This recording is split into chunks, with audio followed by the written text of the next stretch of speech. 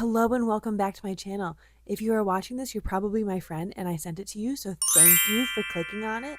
And if you're not somebody that I know in real life, I'm Bailey and this is my channel where I yap about whatever I want to talk about. And since you're here now, you're my friend now too. Sorry, I don't make the rules. We've got Jennifer here in another costume. She's wearing her Puritan witch outfit to talk at you about another PBS Halloween special. But first, we'll have a little commotion for the dress. And now for the back of the dress. I like this outfit on her. Very funny. She'll wear it for Thanksgiving probably too. But then she won't be a witch. Then we'll say she's like a pilgrim. So for the month of October, I'm doing Halloween specials that aired on PBS. And I know I didn't post last week, and I'm really sorry about that. I got COVID. So I posted the video that I had ready to go, and I was just like too out of it to record another video.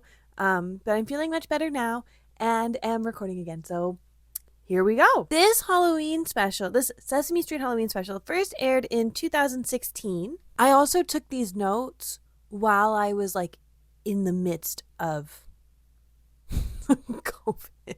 So the episode starts with Elmo welcoming you to Sesame Street and singing a song about Halloween, and we get to see everybody's costumes. Sideways Eyes enemy fave. I'll put something on the screen to explain that. And Big Bird's costume. He comes up to Abby Cadabby. She's dressed as a cup of cocoa. Elmo is dressed up in a DIY costume of Galactic Stan, and then some kid named Erwin comes up to him and he is also dressed as Galactic Stan, but it's a store-bought costume, and he doesn't recognize that Elmo is Galactic Stan, and that pisses Elmo off. That boy is prone to rage.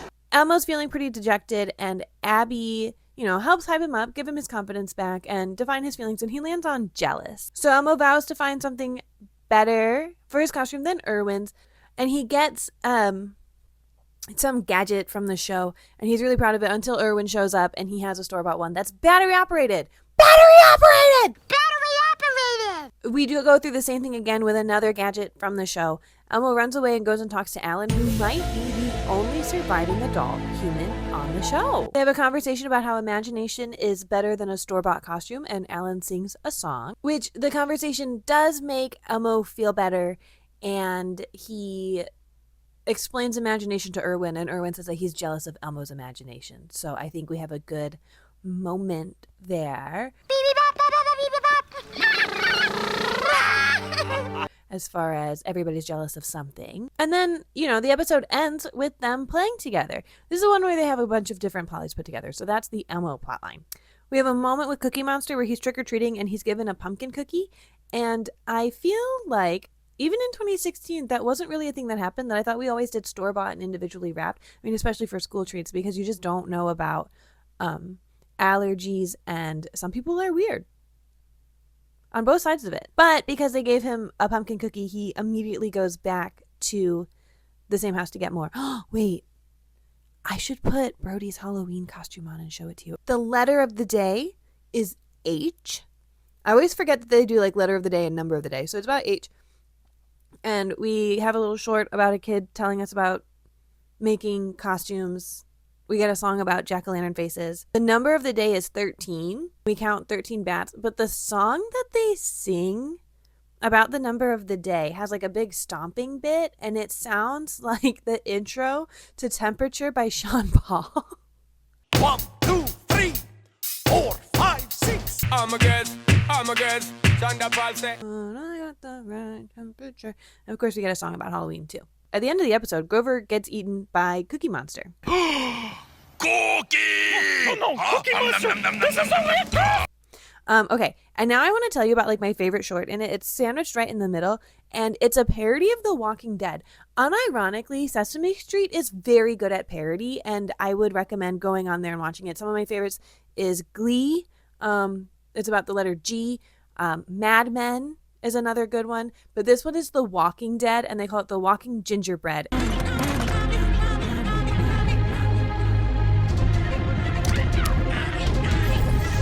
And Cookie Monster is definitely Rick, and we get a Michonne, and then I think Daryl. I had to show it to my mom, who watched every episode of The Walking Dead, and we're pretty sure it's Daryl. So these walking gingerbread people are called crumbies, and they're a bad batch of cookies, and they just like go to town on whatever cookies they can find. And honestly, like even having Cookie Monster waking up in the woods feels so accurate, because he wakes up from a coma. But I mean, I know he's in the hospital, but still, just like waking up to the world and everyone being like, here's what's going on. They try to help Cookie Monster not think about cookies, because all he wants to do is open them and eat them. Oh, actually, he wakes up and eats cookies, and then Daryl and Michonne show up and are like, hey, don't do that. And he's like, but How do me not think cookie? so they help him come up with ways to think about something else to distract himself. They keep not working. They end up with the governor. And this made me laugh right out loud.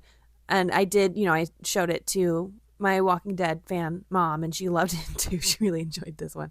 But the governor, you have to do what I say because I'm the governor. Yeah, that actually is, I think that was about where I dropped off, but I remember it feeling like that in the episodes. So they decide to dance as a distraction from cookies, and then Sheriff Cookie Monster has the great idea to teach self-control to the crumbies, so they teach them how to dance, and now they are the dancing gingerbread instead of the walking gingerbread. This is like the shortest video I've ever recorded.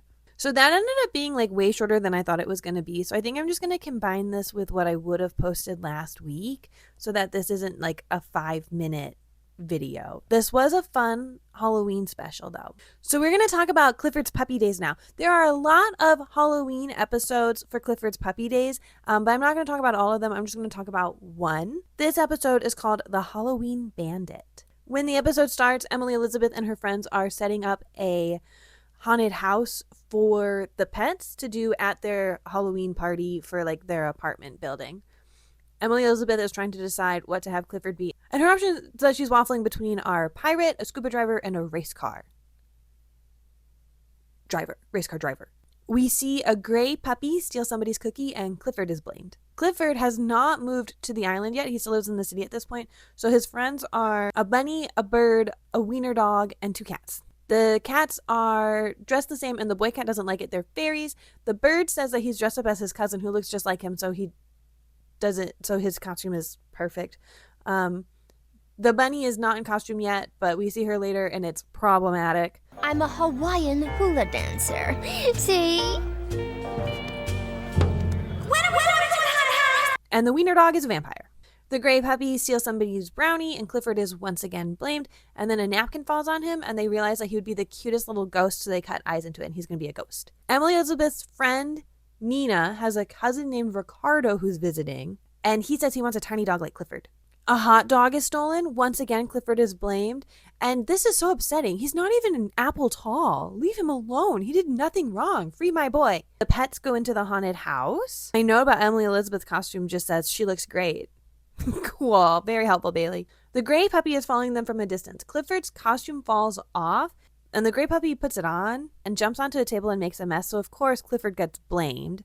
And he gets his costume back and is wagging his tail. He is so cute.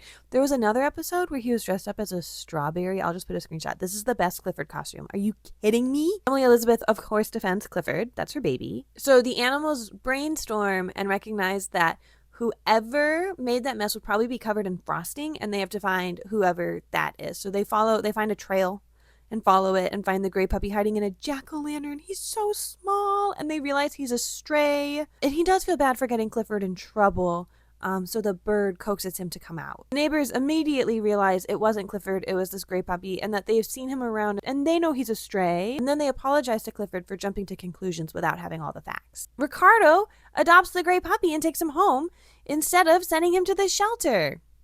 And Clifford thanks his friends for believing him. I love a short episode. This is great.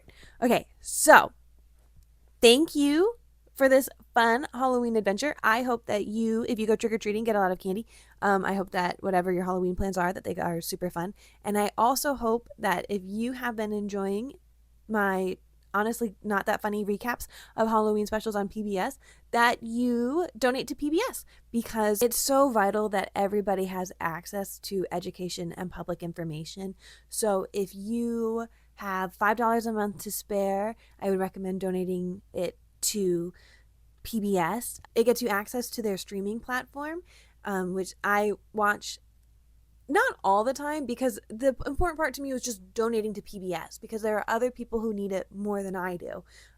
So hopefully if you canceled your Disney Plus account because you value free speech, I know I did, some of that monthly can go towards PBS, because it is so important to our country. Maybe that'll just be like my sign off for forever, instead of like drink water or whatever, is donate to PBS. So thank you very much for watching. If you want to follow me on TikTok, I use the same BLYHDGN over there, and I post just about every day, and it's a lot of shit posting, but that's fine. I feel I have more personality when I can just post every once in a while. I think that's everything. For November, we're going to go back to regular content that I normally do, and then in December I have something kind of planned, and I think that could be fun for like Christmassy. So yeah, that is everything. Please like, please subscribe, follow me on TikTok, and I will see you in the next video.